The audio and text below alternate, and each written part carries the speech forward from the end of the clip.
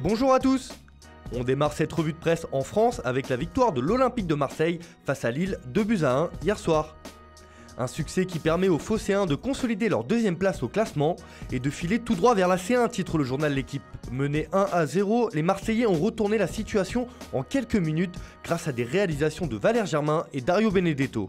Pour la Provence, c'est un coup de maître qu'ont réalisé les hommes d'André Villas-Boas. Ils frappent un grand coup et font le ménage dans la course à la deuxième place contre un concurrent direct. En revanche, pour la Voix des Sports, les Lillois ont déçu. Que c'est triste de tomber ainsi, titre le journal local. Les Dogs avaient pourtant fait le plus dur en ouvrant le score, mais se sont effondrés en fin de match. Ils restent tout de même à 1 point du Stade Rennais et du podium. On part en Angleterre où Pep Guardiola fait encore la une des tabloïds. Alors qu'Alessandro Del Piero a déclaré qu'il verrait bien l'Espagnol sur le banc de la Juve pour succéder à Maurizio Sarri, de plus en plus contesté, pour le Daily Express, Pep doit partir à la Juve. Et l'exclusion des Coupes d'Europe pour 2 ans ne fait qu'alimenter les rumeurs de départ du Catalan. Même chose en une du Daily Star. La Juve est faite pour toi, Pep. Le média anglais indique que l'effectif de la vieille dame conviendrait parfaitement à l'entraîneur espagnol et qu'il est temps pour lui d'expérimenter un nouveau championnat après l'Espagne, l'Allemagne et l'Angleterre. Toujours outre-Manche, le reste de la presse anglaise n'est pas du même avis. Pour le Times, Guardiola veut rester à Manchester City et se battre malgré l'éviction de 2 ans en Coupe d'Europe. Le coach catalan ne veut pas entendre parler d'un départ et semble toujours convaincu de sa réussite avec les Sky Blues. Un sentiment partagé par le Daily Mail qui indique que les joueurs sont derrière leur entraîneur et ne comptent pas quitter le navire en cours de route malgré la sanction de l'UEFA. Pour le média local, les Citizens promettent la loyauté à leur entraîneur et ne partiront pas l'été prochain.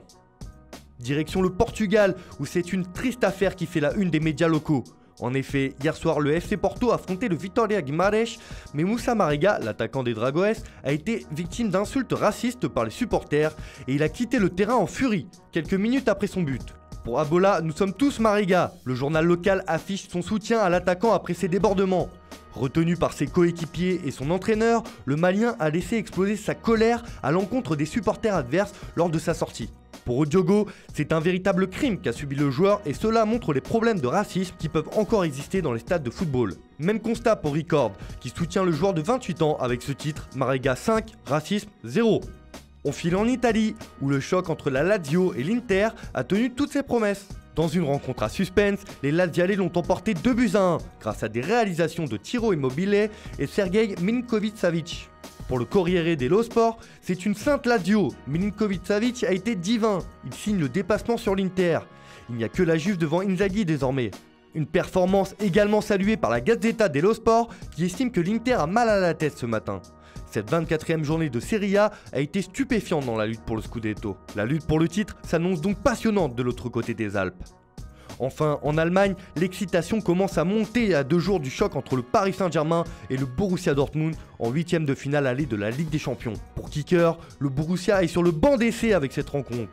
On va enfin savoir ce que vaut l'équipe de Lucien Favre dans un match de cette intensité. Et c'est notamment la défense qui passe un réel test car elle devra gérer les assauts de Neymar ou encore Mbappé qui seront bien disponibles pour cette rencontre.